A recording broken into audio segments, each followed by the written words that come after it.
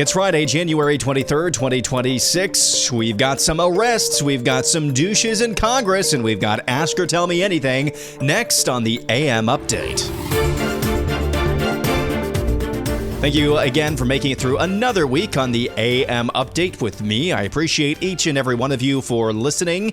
If you wouldn't mind, wherever you listen to the AM Update, most of you that's Apple Podcasts, some of you that's Spotify, would you mind leaving me a 5-star review? Even if you've already done so, I would very much appreciate that. Coming up later on, it's your turn to ask or tell me anything. But first, we've got a Friday 5-pack, and we finally have some arrests. So far, as of this recording, the Department of Justice and Pam Bondi have executed arrests.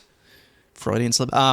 They have done some arrests, finally. 3 people have been arrested after the ransacking and riot at City's Church in the Twin Cities last weekend. Attorney General Pam Bondi made that announcement of one, Nikema Levy Armstrong. She was the ringleader of the group. She's being charged with conspiracy against rights. Another one, Chantil Louisa, also being charged with a violation of the FACE Act.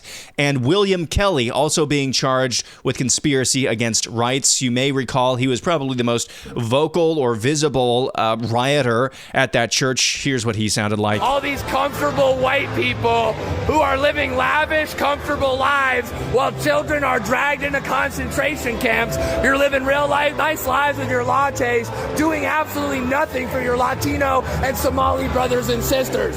You come here to a man wearing a suit. Later in the week, William Kelly, who you hear there, he challenged Pam Bondi to arrest him, saying, "Come get me, bro. Come get me." Basically said that. I don't think that's verbatim. You get the idea. Well, Pam Bondi came and got him. This is a very low bar that, fortunately, so far, the FBI is clearing. The Department of Justice is clearing, and according to some reporting, that's just the beginning. Don Lemon, former CNN anchor who was involved with that riot, and don't say he was there just observing as a journalist, apparently, according to certain reporting, it's been corroborated, whether or not it's true, whether or not it's just the spin from the Department of Justice. The Department of Justice wanted to charge him with something as well, but a magistrate judge in Minnesota would not sign off on arresting Don Lemon. Now, further reporting, confirmed by Fox News, says that the U.S. magistrate judge who refused to sign off on Don Lemon's arrest warrant is named Doug Micco. He's married to the Assistant Attorney General in Minnesota working for Keith Ellison. No conflict of interest there, apparently. Moving on, story number 2. JD Vance, Vice President, was in Minnesota yesterday to speak to voters for President Trump and others. He took questions from the press, including one about immigration. President Trump this week said that ICE has made some mistakes. I'm curious what steps the administration is taking to rectify those, and do you think your presence in Minneapolis today will calm the tensions there? Well, certainly one of my goals is to calm the tensions, to talk to people, to try to understand what we can do better. You know, when the president says that that mistakes have been made, you know, my thought on that is that, well, of course there have been mistakes made, because you're always going to have mistakes made in law enforcement. I mean, we all know this. Probably every single person in this room knows a police officer. 99% of our police officers, probably more than that, are doing everything right. Some people are going to make mistakes. That's the nature of law enforcement. But the number one way where we could lower the mistakes that are happening, at least with our immigration enforcement, is to have local jurisdictions that are cooperating with us.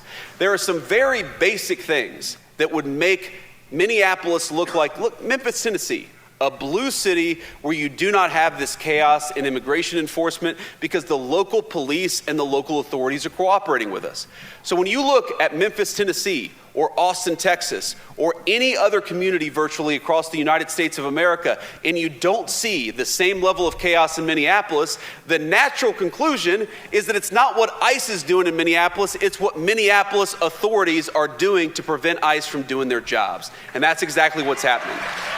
More brilliant turns of phrases there, dealing with a very loaded question. It would surprise me, actually, if President Trump even admitted that ICE had made any mistakes whatsoever. I'm not aware of him saying that. Nevertheless, Vice President JD Vance turned that around on that reporter How do you cut down the number of mistakes ICE is making, as if that's the only story here? And JD Vance once again reminding, hey, this would be much easier if the local authorities actually did their jobs and helped get some of the worst off of the street, because that's all the administration is going after, unfortunately, right now. And it is good that they're getting them off the street. It's not the comprehensive mass deportation program, even though there have been hundreds of thousands, we're being told, of deportations in the past year. It's not what exactly they're not couching it that way anyway, in terms of mass deportations. Also in Congress yesterday, the Department of Homeland Security funding bill, $10 billion more for immigration and customs enforcement operations through fiscal year 2026, passed 220 to 207. A few Democrats voted in support. Some reports said it was 9 Democrats, at least 6 did, that I could tell. Cuellar of Texas, Perez of Washington, Gillen of New York, Swozey of New York, Golden of Maine, and Davis of North Carolina. Also in Congress, Douches on parade. Former special counsel Jack Smith was questioned yesterday. Here's the bottom line. Basically, the Republican congressman who questioned him just grilled him. The Democrat congressman who had the opportunity to question him glazed him. And Jack Smith himself just said, hey, I'm a patriot, just doing my job. And I prosecuted war crimes overseas. I am not a politician, and I have no partisan loyalties. My career has been dedicated to serving our country by upholding the rule of law. Throughout my public service, my approach has always been the same. Follow the facts and the law without fear or favor. Yes, following the facts following the law without fear or favor. Very transparent indeed, which is exactly why you went to Verizon and AT&T to turn over the phone records, the data records of certain Republican congressmen, and put them under a gag order so they couldn't actually inform the congressmen that their records were being seized by your special counsel's office. Jack Smith went on to say that this spotlight has been very difficult for he and his staff to deal with. Bro, did you step up to the plate to be the special counsel, to play weaponized government? Did you do that under duress, under threat of death? Or did you volunteer for it? You volunteered for it, you moron. Speaking of morons, you may know the name Michael Fanone, Capitol Police, douchebag. Again, douchebags on parade at Congress yesterday. He just heckled in that hearing, in that Jack Smith hearing, just overtly heckled the Republican congressmen who were speaking up. And yet he was allowed to continue in that room. Story number 4. I said publicly last week, I thought maybe Elon Musk would convert to Christianity in the next year. Well, Elon Musk was in Davos for the WEF confab. He discussed, among other things, his robots, his AI robots that his companies are working on, saying that pretty soon there are going to be more robots than humans, and everybody's going to want to have a robot. Why wouldn't you? They can do all of the work, all of the labor that you currently do. Why wouldn't you want to have a robot? He also had this to say about aging. Can you and I reverse aging in this new history, or are we going to see it? I haven't put much time into the aging stuff. I do think it is a very solvable problem. Like you can. I think when we figure out what causes aging, I think we'll find it's incredibly obvious. It's not a subtle thing. The reason I say it's not a subtle thing is because all the cells in your body, with some pretty much age at the same rate. I've never seen someone with an old left arm and a young right arm ever in my life. So why is that? That means that there must be a clock, a synchronizing clock, right, that is synchronizing across 35 trillion cells in your body. There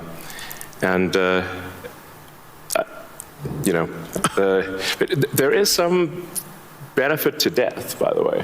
It's like there's a reason why we don't actually have a longer lifespan. because if people do live forever for a very long time, I think there's some risk of an ossification of society, of things just getting kind of locked in place, and it just may become stultifying, just not lack vibrancy. So Elon Musk, his last point there, I get what he's saying there philosophically. You don't want any organism to just be locked in place forever. That's the final death, just philosophically. But from a biblical worldview, the other 2 points that he's made, one that I told you, one you just heard. So let me get this straight. 1, your inventions will allow us to never work a day in our lives. And 2, you think aging is easily solved. Never work and live forever. That sounds like the curse of sin and death to me. And he's just kind of flippantly saying, it can be solved. I don't know, man. That seems rather anti-Christical to me. When we come back, it's your turn to ask or tell me anything. That's coming up next.